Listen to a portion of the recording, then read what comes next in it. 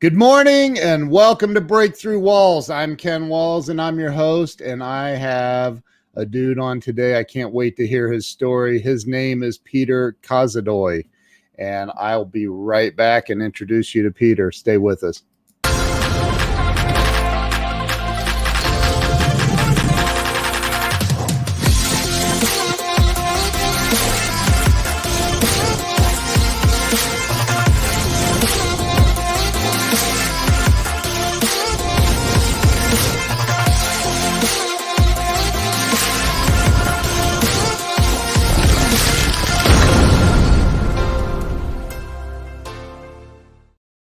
And we're back.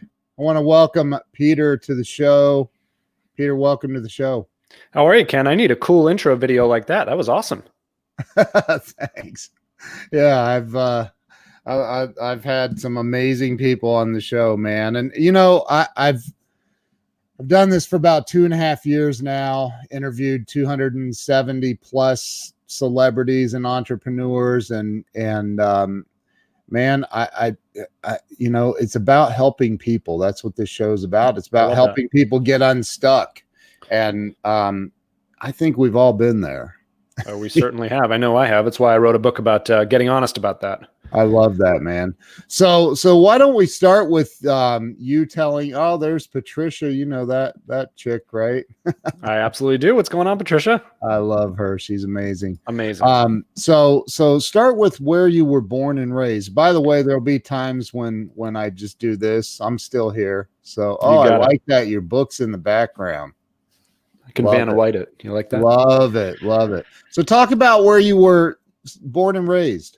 Happy to. So I grew up outside of Boston, South Shore of Boston. I'm a Bostonian. You wouldn't know it from my lack of accent, but somehow I did not inherit my parents' loss of the R that we are known for up in the Boston area. But yeah, so now I live in Connecticut. You know, the classic story: boy grows up in Boston, boy meets girl that's out of his league. Girl lives in Connecticut, so boy ends up in Connecticut. That is the classic. Yeah, right. You know, I think there's a Disney movie about that or something. Connecticut's a nice area.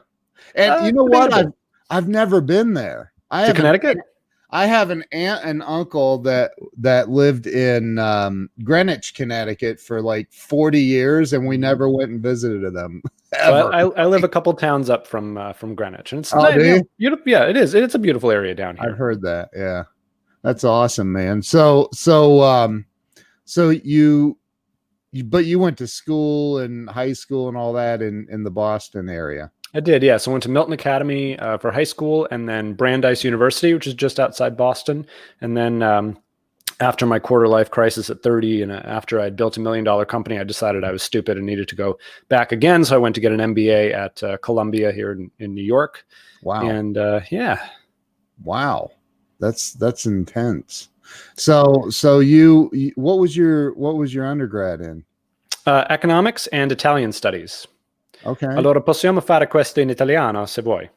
Exactly. I have no idea what you just said. I said we could do this in Italian if you'd like. Oh no, we can't. It would be a one-way conversation. So you what made you decide to study that? Yeah, well, so I have family outside of Rome, and I ended up living there for part of my junior years. I always wanted to speak another language, so Italian made the most sense to me. And then as far as economics, I've just always been fascinated by business.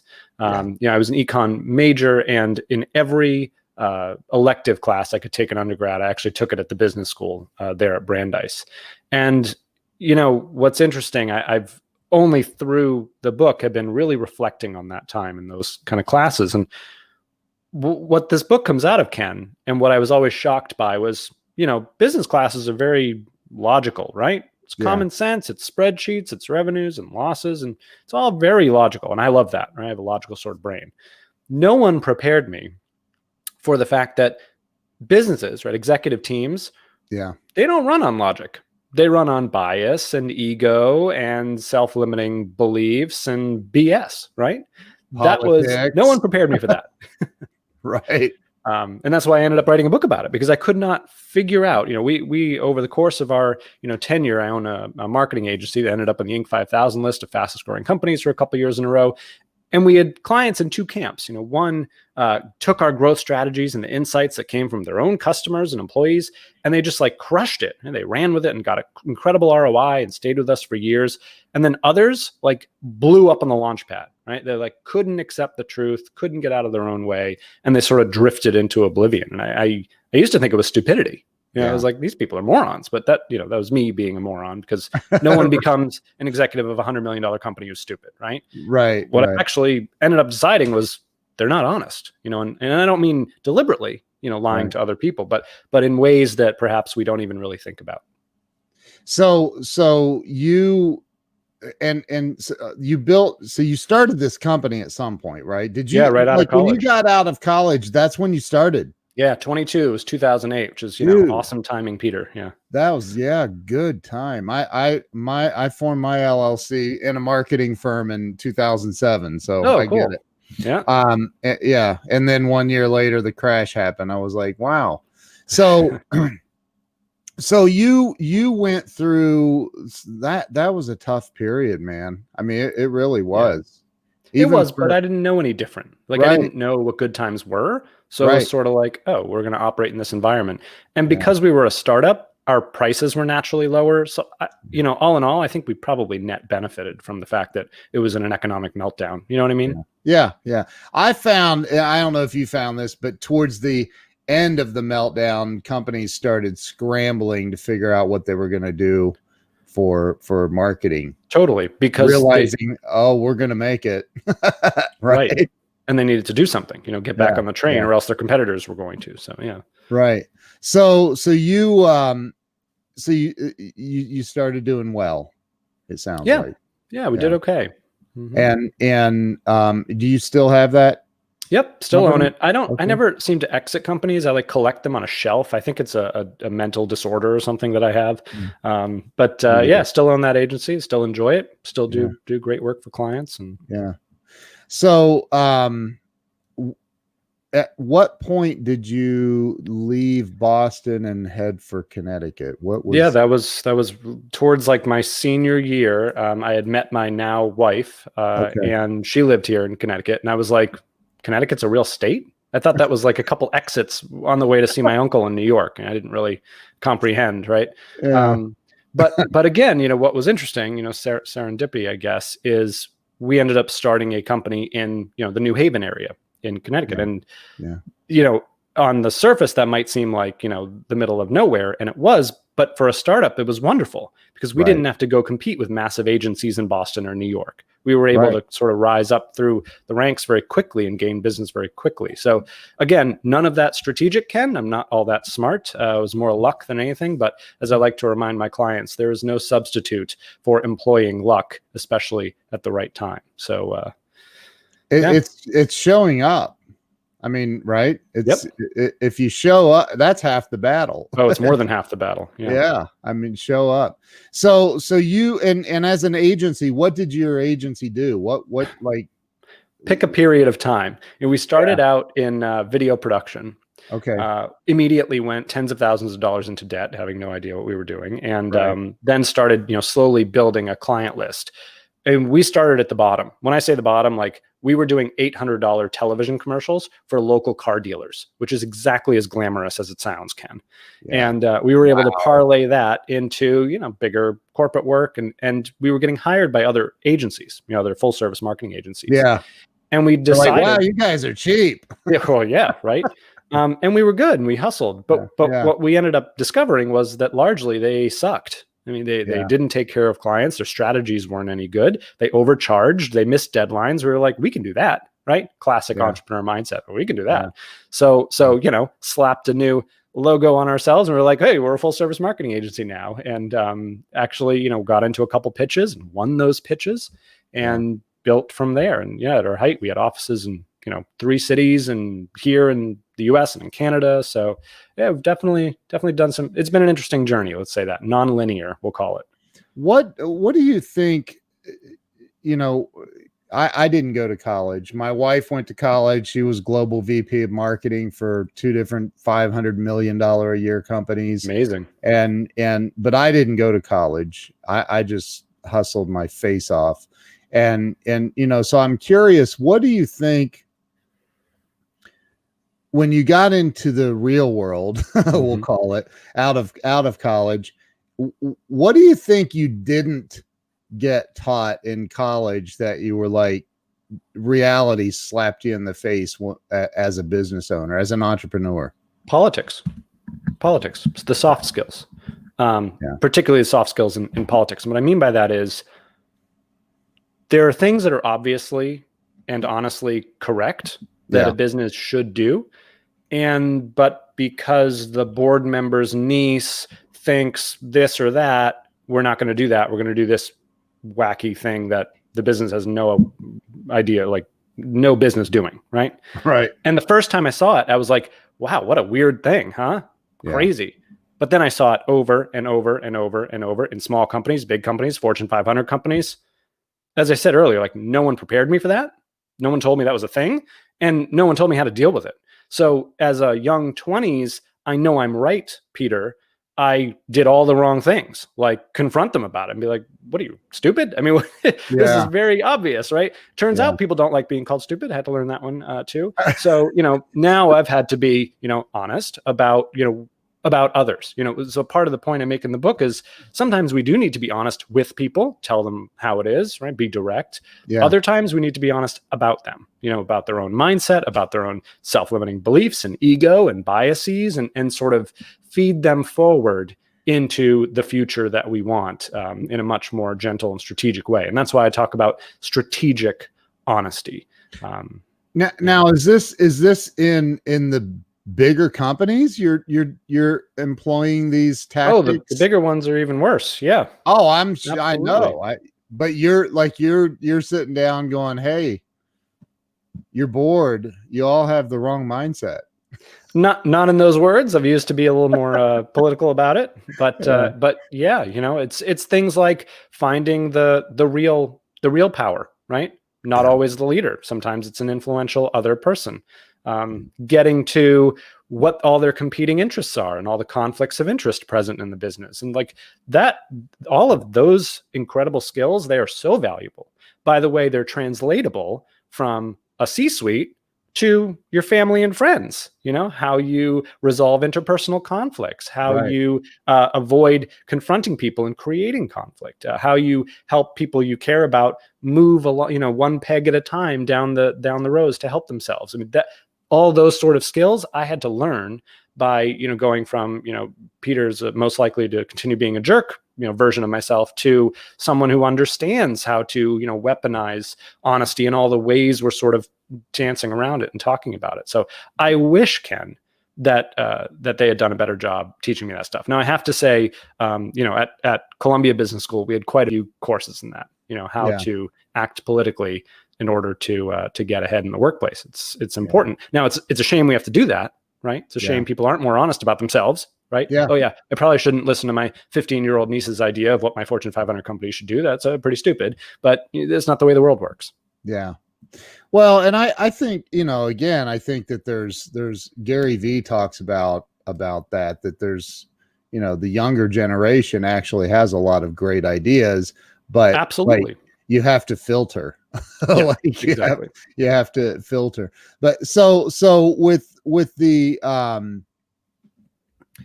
I guess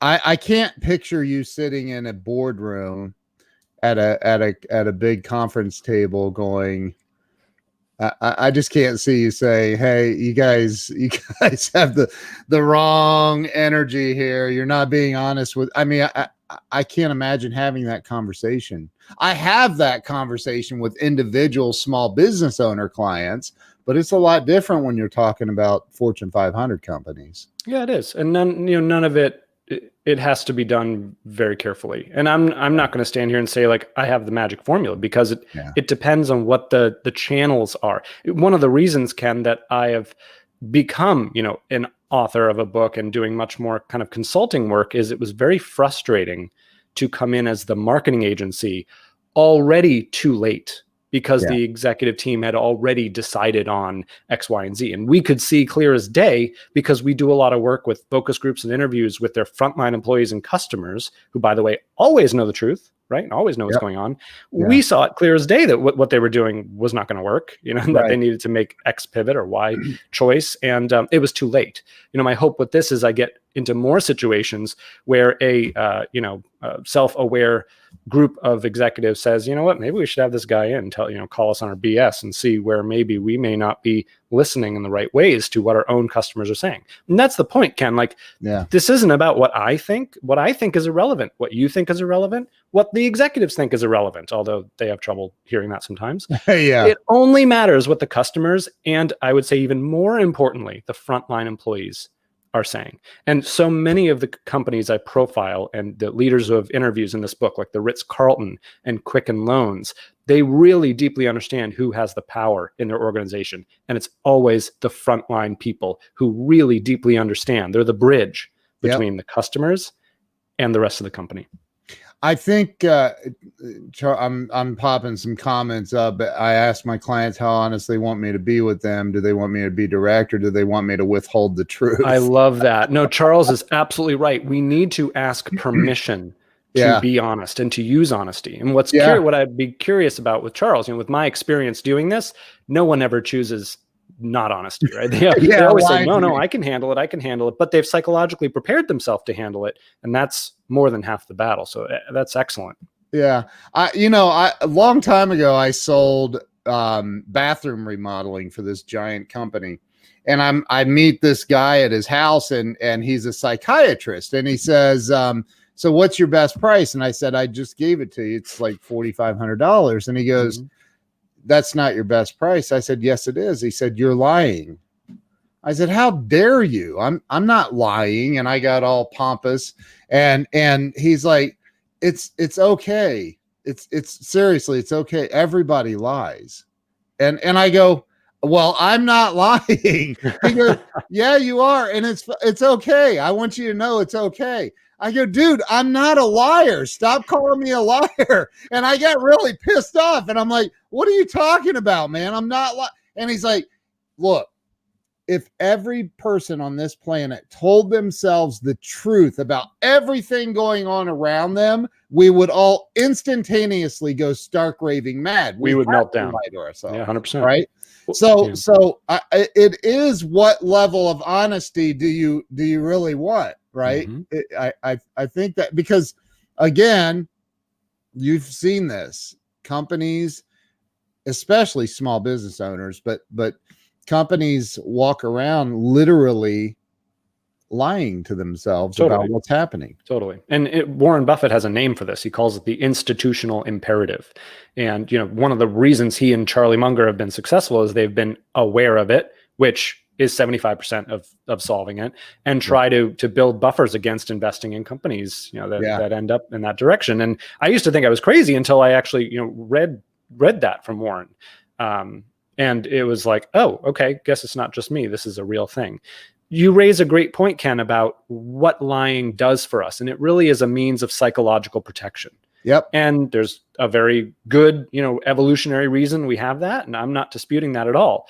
All I'm saying is that our lies box us in and can sometimes prevent us from understanding what's true, who we really are, what we really want, what it's really going to take to get there, and achieving results. This is the number one new business ethics book on Amazon, but it's not an ethics book. It is a how do we achieve results, and we cannot achieve results if we're lying to ourselves about the very fundamental things that we're trying to achieve. That's the point. Right. I love that. So, you don't look very old. Thank you. I feel old. Do you? Yeah. So it's all those figure skating days. It damages the body, Yeah, right. I just turned 52 recently, man. I'm like, I can't even believe I'm 52. But so you went along this path for how many years before you wrote this book? Because I know the book just recently came out, correct? Yeah, it did. Yesterday. Yesterday. Yesterday. Yeah, my that's why I God. said it's the #1 new release in 2 categories on Amazon. I'm super proud to say. Wow, dude. Yeah. Congratulations. Thank you. Thank you. That's Thank you. huge. So for those of you out there that find all this interesting, please go buy a copy. Week 1 sales really matter to help propel this and get it out in the world. I'm an Amazon influencer. So I can add it to my bookstore on my Amazon store. Ken, And you're my new best friend. We're breaking down walls with honesty, man. I love it. yeah. Plus I'm an Amazon Live influencer. I can live stream directly on Amazon. But I'm gonna find your book here and Awesome. Thank you. and create a link for it. What's And the title of it again? I apologize. Oh, good. Honest to Greatness. Greatness. Thank you. You got Honest. it. So while you're doing that, Yeah. I'll tell the story of how I wrote the book. I never actually set out to write about, speak about, or frankly even care about honesty. This was supposed to be a marketing book. Yeah. It was my agent who looked at it and said, as soon as he signed me, by the way, this isn't about marketing. It's about, honesty on a grander scale. And I said, well, clearly you didn't even read the front page of the proposal then, because there's nothing to do with that. Talk about self-limiting, blind spot there. So once I took a look, I was like, holy crap, he's right. I mean, this is much bigger than just, how do we communicate as an organization? It's how do we communicate as people? What do we believe about ourselves and about success and results and what it takes to be us in the greatest sense of the word? So ironically, Ken, I became very good at helping leaders and organizations see where they were lying to themselves. Then I turned 30. This was terrible. You said you were 50 something, so this has happened to you. What a terrible thing to have happen. I don't know how you survived it. I barely survived it. And what? Turning 30? Turning 30, yeah. It was terrible. I just, full on quarter life crisis. And for the first time, I realized that I had had 2 big failures as a teenager. One, I did not end up making the Olympics as a figure skater, as a very highly trained figure skater. I had Olympic aspirations. That did not happen. The other thing I was sure would happen is I was going to Harvard. And I applied to Harvard. Harvard sent me a nice letter back saying, thank you, but no thank you. Please do not come to Cambridge. And it was devastating. And what happened was, fast forward 12 years, I had built $1 million company. Life looked, fine to the outward eye. But I realized that I had begun accepting like second and third best Peter. Like, well, obviously I wasn't going to have first best Peter. That ship has sailed. So all those big dreams I had, done, not even going to try. And when I turned 30, that all came sort of crashing down on me. And ironically, I had to get honest with myself about what big goals I even had that I had forgotten about. And one of them was being an author, writing a book. And I am an author. It's in my DNA. And what I want everyone else out there to think about while I'm saying that is, who are you? What is in your DNA that you have denied yourself? Because from that moment forward, it's never just writing a book. It's all the things that come with that. I mean, it's all the relationships I've had to build, and getting Barbara Corcoran to say this book is awesome, and getting the amazing Sharon Lecter, the co-author of Rich Dad Poor Dad, to write my foreword. Sharon's a friend of mine. I love Sharon. Amazing woman, amazing leader. She is. And what's interesting about honesty is it's never just binary or linear. Once I got honest about what I wanted, all these new branches opened up, and that to me solidified, crystallized what honesty can do, not only for your business but also for your personal life. Wow. So so you had I didn't have a breakdown at 30, really. I mean, lucky. My story is way different though, but I'm a recovered alcoholic. So at 34 is when I got sober. So 30 was about when I lost my multi-million-dollar company I built from nothing. And then 34, I finally went, wait, maybe alcohol's a problem. So I get it. Right around that period of time, things are, I mean, you're really, what's interesting to me, and I don't know if you'll agree with this or not. And how old are you now? 34. 34. So and you may look back on this when you're 52 and go, oh yeah. I think around 30-ish is when you start coming into adulthood. Totally. I really do. I don't think our 20, I mean, we're sending kids off to die in wars at 18 years old that are kids. And at 20, in your 20s, I think you're still trying to find your what's the word, your comeuppance. Yeah, You I know, totally like, agree with that. Totally. yeah. I wouldn't have So, believed that if you had told me at 26, by the way. I would have told you to right. go F yourself, You're but like, you're right. that's true, right? Yep. Because we know everything. Yep. We know, Everything. and I think that if you have the right chip on your shoulder, and you can really do something in your 20s and 30s. Like, you Yep. can really do some cool stuff. So, Mhm. so at around, so what you were, how old when you decided to write that book? When you 30. made Been you were 30. Yeah, it's been 4 And it years. just released yesterday. 4 years. Wow. Yep. Good for you, dude. Thank Good you. for you, man. I didn't release my first book till I was 47. So good for you. Wow. Thank you. That's awesome. And you're #1 best-selling author now. That's awesome. It's exciting. It's exciting. That is awesome. So what do you hope? What's the premise of the book overall? What's the overarching message, and what is it that you hope people will gain? Because I created the link. It's up in the chat for everybody to go grab a copy of it. And I make like 15 cents every time you buy it from my link. So go grab a copy. But what do you hope that people are going to gain from this book after they put it down and go, wow? Yeah. So let's talk about the macro and then the micro, right? Yeah. So on the macro scale, what we have now, Ken, look around at our society, right? It's not sustainable. Okay. The way we have politicians lying and private sector CEOs lying and scandal after scandal, and we don't know who to trust, and should I wear a mask, and nobody knows, and it's not sustainable, right? The only way out is going to be to level with people, to be honest and transparent, and to use that to rebuild the trust we've lost as a society. That is the only way. By the way, CEO after CEO in my book that decided to do that, decided to just give it all up and be honest and transparent, ended up crushing it, because it's not that hard. If you and I get into a conflict, you're going to come to me and say, Peter, what? I'm sorry, I wronged you. I really owe you an apology, and I'm going to work to fix it. And here's what I'm going to do. That's how we humans interact with each other. So we need more of that at the level of society.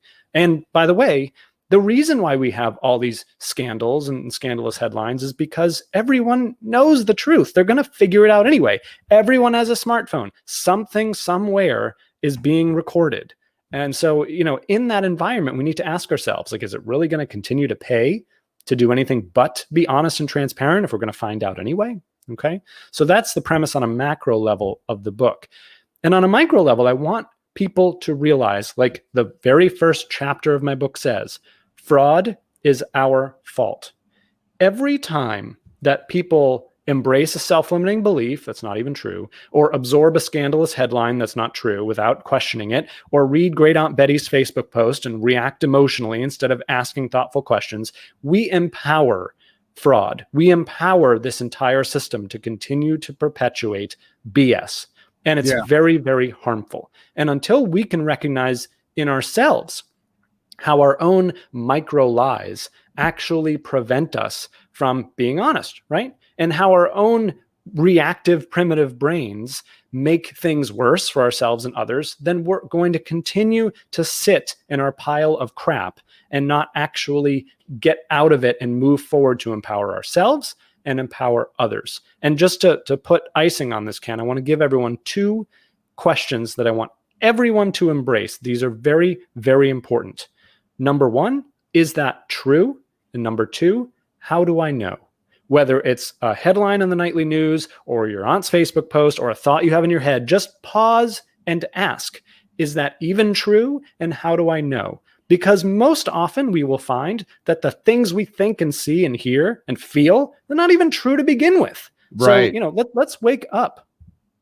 I preach about this on live streams and posts, and that is, turn the news off. The news is literally, they make a living lying to you. Yes, it's an entertainment show. News it's entertainment. All BS. Like, just stop watching it. And but Fox News or CNN, no, they're all full of crap, man. They're all full of crap. The only way they sell more advertising is if they get you fired up and watching them, and that's it. Yep.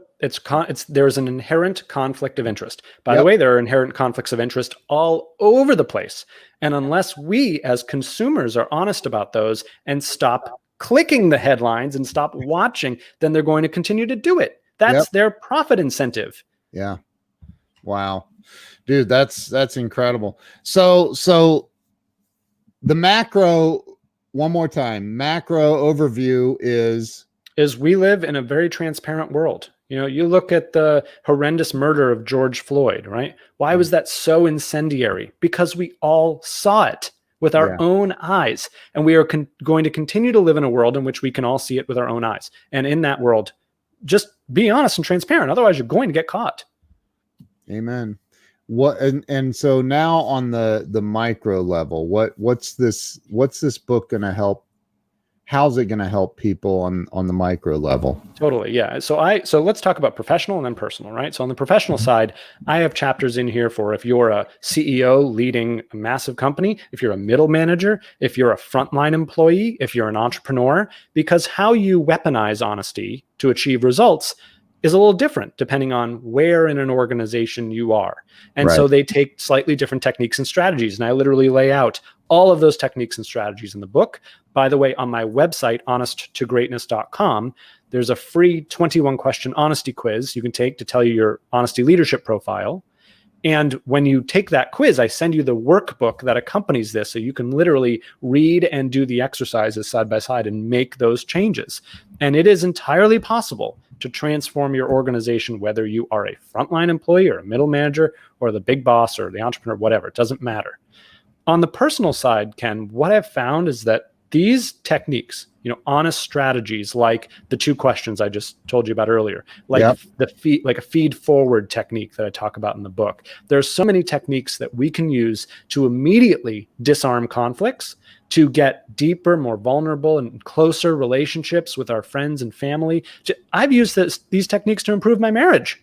I mean, really, if honesty is the best policy, then it needs to work universally. And guess what? It does. And I teach people how to apply all those techniques and more to your personal life, your professional life, your family life. I mean, let me give you an example, right? We're living in a pandemic. We're living in a pandemic where you probably have friends and family members who have different opinions on whether we should socially distance and wear masks and who to trust in the media and whatever. If we're going to be honest about what helps people change, let's talk about what doesn't help people change, which is assaulting their ego and the decisions that they've come to. Telling your friends they're stupid for not wearing a mask, it doesn't work. We need to be much more honest about what does work, like just stopping and asking people, hey, how are you coming to those conclusions? Help me understand what data you're looking at. Let's have a conversation, come to some common ground. Maybe I'm wrong. All of that is a much more honest approach to people, their egos, their belief systems, and how we come to a place where we can actually institute change without yelling at each other. It doesn't work. There's an old saying that I've said many times, and that is, a man convinced against his will is of the same opinion still. I love that. And it's like, I mean, I have an opinion, and most people that know me know my opinion. I don't wear a mask. And again, I don't get on and I don't care. Like, hey, dude, you want to wear a mask? Wear a mask. You don't want to? I don't care, because here's the thing. It doesn't affect my life in any way. In any way. I work from home. I rarely leave home. So I don't care if you're, I don't care. Like, and I think that people, this is something I learned a long time ago, and I think you'll agree, that the more I'm focused on what other people are doing wrong or doing right or doing different, or the less I'm able to focus on what I need to do to improve myself and my life. Well, that's exactly it. No one seems to have listened to Michael Jackson's song, Man in the Mirror. There is only one person we can control and change, and that's us. One of the most honest techniques I've used to transform my own life and personal relationships is just assuming fault. I literally, there was a point in time like 10 years ago where I was like, you know what? I'm going to pretend in this personal relationship that every conflict is my fault. I know it's not. I know it's them. I'm just going to pretend. Turns out, Ken, it was my fault. So Right. by adopting that, being willing to open up my blind spot and consider what might be in it was transformative. You talked about alcoholism earlier, right? Lying to ourselves in all these small ways, it's a habit. It's an addiction. The only way to break that is to be aware and admit we have a problem. That's step one. I have an acronym for you, and you can use this. I didn't I didn't originate it, but okay. I'm not, maybe you've heard it. Maybe it's in your book, but it's denial. And denial is an acronym for don't even notice I am lying. Oh, I love that. I wish I had known that. I would have put it in the book. That's fantastic. Isn't that great? But that's from recovery. But again, I completely agree with you. I talk about this often. I talk about being transparent and open. I don't look, man, I'm doing a show at 12:15 where I'm being interviewed on this show. And it's like the whole show is about, do you need a formal education to make it in life? And he wants my opinion. I dropped out of high school in 12th grade and said, I'm out of here, and then went and made more money than any teacher in that school the following year. So of course, but it is about becoming educated, because at 2021, I was like, oh God, I'm an idiot. I need to read. I wake up every day thinking that, Ken, about myself. Yeah, right. But no, I mean, reading is, I have, my desk is stacked with books and books, and I'm always reading, always trying to figure out, get not the upper hand on competition or anyone else, but get the edge for myself, like learn insight. more. Yeah, the insight. Right. So that's why, I can't wait to read your book. I'm going to get your book. I can't wait to read it. And sometimes, and my buddy Grant Cardone talks about this, sometimes it's just the title alone. The title of a book alone, when you're holding it, you're looking at it, you read the first few pages, even sometimes you're like, boom, there's my $1 million idea. Another perspective. There. Absolutely. That's why I read, man. I'm always looking for a way to get to the next level. So I encourage everybody to go get your book. How much is it? I didn't even look. $26.95, something like that. So it's a hardback. Hardcover. Yeah, hardcover's out. Okay. Audiobook will be a couple months. Awesome. Yeah, hardcover really helps people. Thank you. Yeah. That's what publishers care about. And these are bestseller lists. They're tracking hardcover. So it'll look nice on any kitchen table. That's nice. Yeah, I love that, man. Let me see that here. Let's put that full screen. How today's greatest leaders use brutal honesty to achieve massive success. I freaking love that, man. So something that I'd like to ask you about, you talked about figure skating. Yeah. And I've never had a figure skater of any gender on the show. So that I'm aware of. And so we kind of skated right past that.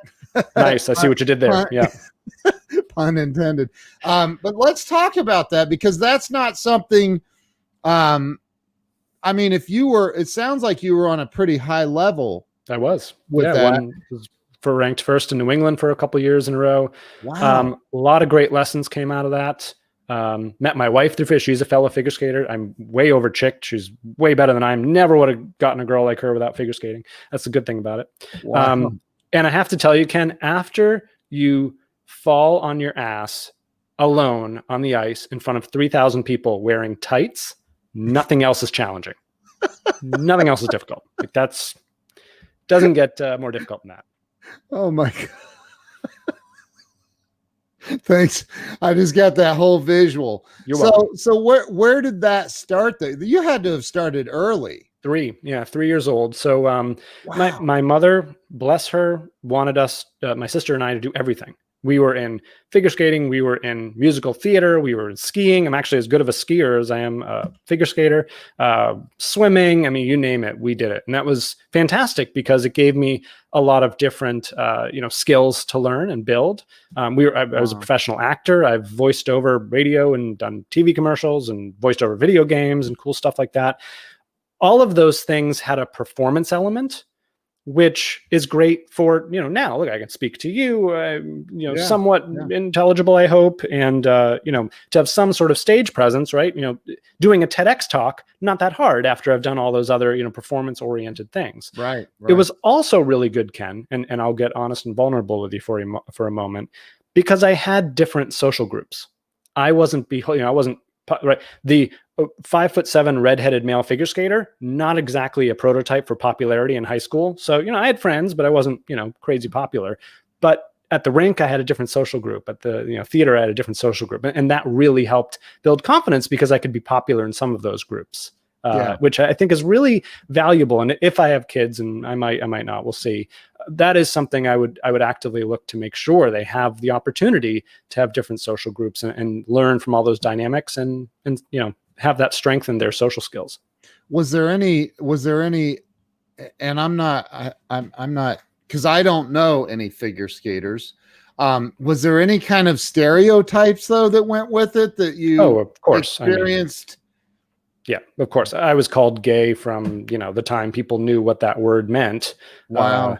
Yeah. So it was just, but I was never not confident. I always had the most beautiful girls at the school dances. My wife's in the next room. I hope she's not overhearing this. There were never any other girls. That's what I, right.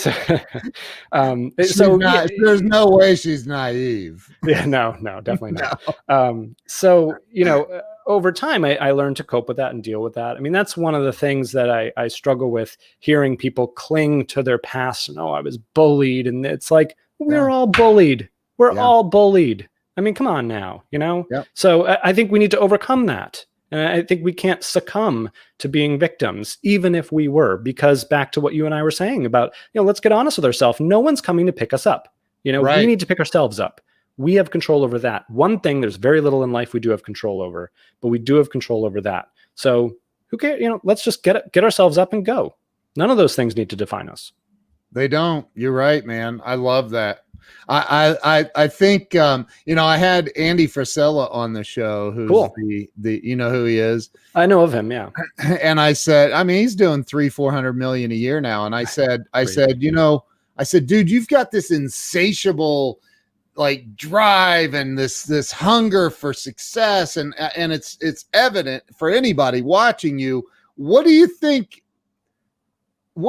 pushes you? What is that? What's the ingredient that's pushing you? And he goes, honestly, it was because I was effed with my whole life and picked on as a kid so much and bullied that I got a big chip on my shoulder. Yep. And it was like, I'm going to prove all you, I won't say what he said, but wrong. Right. Yeah. That's exactly how I feel. Right. That's that. So I think that too many people, Peter, like use that as an excuse, as a crutch, like you were saying, right? Mm-hmm. And it's damaging. A lot of people use it as fuel, and it sounds like that's what you've done. Yeah, 100%. I was exactly that mindset. Oh yeah, I'll show you guys. Yeah. So yeah, that's awesome, dude. So you so you've got this book out. When's the next book coming out? Good question. I was talking about that to my wife, actually, because this was so exhausting. It was so much of a soul searching exercise. And that surprised me. I edited the book and the book edited me, and I wasn't prepared for that. That was really interesting. It's like my innermost thoughts are now flapping in the wind for everyone to read. Right. So it was a really exhilarating process. I loved it. I do already know what I want my next book to be about, but I think I need to take like at least a year before I even start on the next one, and see how this does. Because if this doesn't do well, then my publisher is going to be like, good job, Peter. No, we don't want your next one. You're good. Yeah. Don't call us. We'll call you. So we'll see. Well, there's a gazillion publishers, but so if you like, now, is that out on Kindle as well? This is, ebook and hardcover. Okay. And then, audiobook. We just are about to sign the rights to that, and that should be out in about 2 months or so. That's awesome. Dan says ice skaters aren't snowflakes. Thank you, Dan. I think that was a compliment. I'm not sure. Thank you, Dan. Either way. I think Dan just bought your book too. So thank you, Dan. I appreciate it. We have somebody from France joining us. Rodolphe, how you doing? Bonjour, ça va? Oh, geez. What was that? Was that French? French. Yeah. Oh, my wife speaks fluent French. So Wow. Cool. yeah. See, that's one of the benefits of going to college is you can learn other languages. There are ways to learn that don't involve college. I know. So, wow, man. So what's coming up next for you? Anything coming down the pike that you'd like to talk about? Yeah, I'd like to talk about my passion project that I'm really this year going to start focusing on growing and scaling, which is my forum group for entrepreneurs. It is, Ken, the most powerful peer group on the planet for business founders. Actually, Patricia, who introduced us, is in my forum, so she can tell you independently whether I'm over exaggerating this or not. But essentially, I built a group. I have a couple forums now, and we get together once a month on Zoom. It follows a very specific format. Yeah. And with 100% confidentiality, we bring to the table what is really happening, honestly happening in our business life, personal life, and family life. Because if we're honest, Ken, 99% of our business problems are personal problems in disguise. And unless we get aware of that and then have an open forum to come and put those things on the table and understand in our own minds where the connections are, is it a sales problem? No, it's a confidence problem, right? Unless we figure that out, we can't get to the root cause and solve it. So it is literally a life-changing program. I have a couple forums up and running now, and my goal is to help at least 1,000 entrepreneurs over the next couple of years get forum trained and use the strategies of honesty in that program to transform not only their businesses, but also their lives. It's been life-changing for me. Look at Patricia, been life-changing for her. So it is as just as powerful as I'm advertising. I am the honesty guy. So hopefully that carries with it a little weight and honesty, but that's what I'm really excited about. So is this like is it a mastermind group then, or it's way deeper than that, and it's not like, let's sit around, like figure out, what problem we want to solve today. It is a very specific, like everyone comes to forum, they report out their last 30 days across business, personal, and family. And then we share, the best needs that we all have and the leads, the things in our life that are really transforming us. And again, it's 100% confidential. So people get to bring to forum things that they aren't even telling their spouse or their business partner or, the real stuff. And it's amazing, Ken, what we can do when we admit to ourselves by admitting to others what's really going on. Wow. And it's just such a testament to the fact that, and I hear this all the time, right? People get into forum and they're like scared, and then they start sharing, and they're like, they get on a call with me and they're like, Peter, I've not even admitted that to myself. And now that I have, I know exactly what to do about it. Yeah. It's not the figuring out what to do about it that's hard. It's the admitting it to yourself in the first place. Just fascinating and life-changing. Dude, this is so like that. Wow. And this is right up like this. That's the same. I mean, you can go to Alcoholics Anonymous meetings and do the same thing. Right. We know the format works, right? And right. The thing about getting honest with yourself is you can't do it alone. If you could, we'd all be reaching ever higher levels of our own awareness all the time. We don't, because we already think we're aware. That's the trick. So until you get into a group that forces it out of you in a safe space, very important, safe space. You've been through AA. You know how powerful it is. 18 years now. Amazing. Years, congratulations. That's fantastic. Dude. I think that and that's one of the things that I learned in recovery is, I can be honest with you, right? And but being honest with me is the hardest form. It is for anyone. Totally. Absolutely. It's the hardest form of honesty that anyone will ever be confronted with is looking in the mirror and going, this is my defect and this is what I need to fix. This is what I need to face. So what is there a cost associated with this, an investment in the forum? Yep, there is. And it's monthly and it's month to month. Okay. What I ask, Ken, is that people give me 3 months to change their life. And if I don't change their life in 3 months, I'm just going to give them their money back. Wow. Yep. Wow. That's how impactful this program is. Because how many people are in this program? Right now, I think we have 20 in 2 groups. Little less than 20. Oh, so you separate them in smaller groups. Yeah, it has to be less than 10 in a group. Otherwise, it's too much. Doesn't work. That's why like all these like join my 1,000-person Facebook group and we're going to change our lives. It's not a thing. It's not possible. You need to because you need to build. This is about building deep relationships. I mean, people call. I have stories now of forum members will call me and say like, Peter, because I got into a forum and I was introduced to all these people and they know my personal life, I was able to call them at 11 o'clock at night and ask them, hey, I'm having this problem. Do you mind sharing an experience with me that you've had? And invariably, it's like, oh yeah, we've been through that too. People go take presentations to forum, right? So we have the first half is reporting out your month, and the second half, somebody will make a deep dive presentation. Yeah. And invariably, they'll share something that they thought only they were struggling with. Everybody else is like, oh yeah, no, I went through a similar thing, and this is exactly what I did, and this is what happened. This is what I wish I had done. And not only do they get all those actionable insights, right? Very different than advice. Advice is like, you should do that. So, well, does it work? I don't know, right? If I share my experience, what happened, if it's effective or not. But also what happens is they say, wow, I never even realized that other people had this problem too. That's incredible, right? Yeah. You don't know that unless you share it. So true, man. How do you get people though? And maybe you don't in some cases. How do you get people to open up that because I've seen it, I've sponsored guys that like they won't get honest. And I have a friend that has this saying, and I love this, and you might want to use this.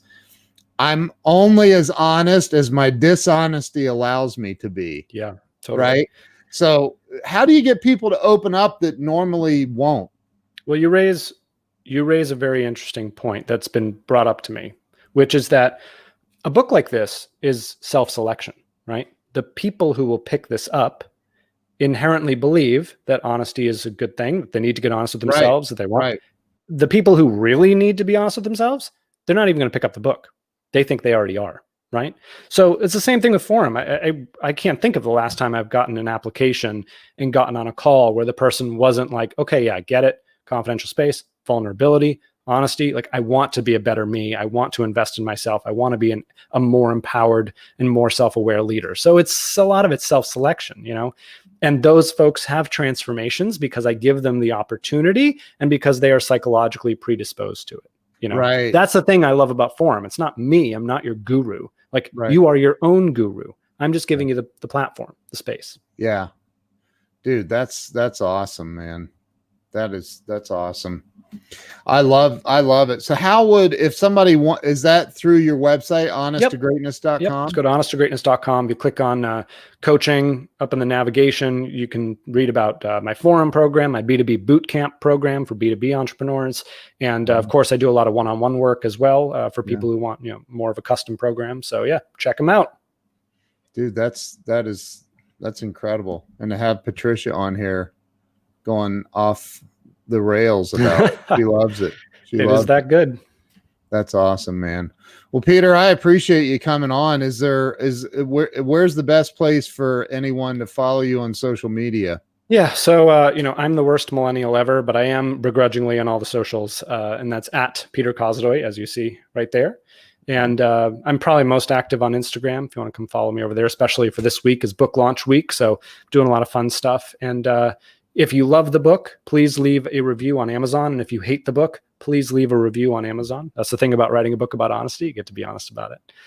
Maybe we should do a Amazon Live talking about your book directly to Amazon's 150 million customers. That sounds great, Ken. We should do that. Well, are you free in an hour? No. Yeah, I'm booked crazy today, but maybe we should look at that here in the next couple of days. What is today? Wednesday. Let's do it. Yeah, we're still in week 1, so that'd be awesome. Yeah, let's talk about that after we're done here. Cool. So listen, I appreciate it. I want everybody to jump. Look, I put the link in the comments. Just jump over, grab a copy of the book. And here's the thing, man. I think, and people need to hear this. Honesty, getting honest with yourself and reading a book about getting honest with yourself will be the number one most impactful thing that you can ever do with your life. I promise you. Ever. Promise you. But the problem is people that won't buy it are the same kind of people that are like maybe narcissists, right? Like you can't cure narcissism. Did you know that? There's no cure for narcissism because it's like it's inherently it goes against the exact nature of the disease. So Right. like it's I'm telling you, so grab a copy of this book, change your life with it, read the book. Let me go full screen so we hold that up just a little bit so it's in. Nope, back it off a little. There you go. So we get the whole book in there. So go get a copy, Honest to Greatness by Peter Kozodoy, right? You got it. You nailed it. Kozodoy. Jeez. I'll get it. I'll memorize your last name. So Peter, thank you for being on. I appreciate it. Thank you to everyone who's been on here. Thanks for sharing this out. I appreciate all of you, and I'm sure Peter appreciates it as well. I sure do. Stay with me. We'll be right back. I'll talk to you here in just a minute. Thank you guys. Have a great day. Thanks for being honest.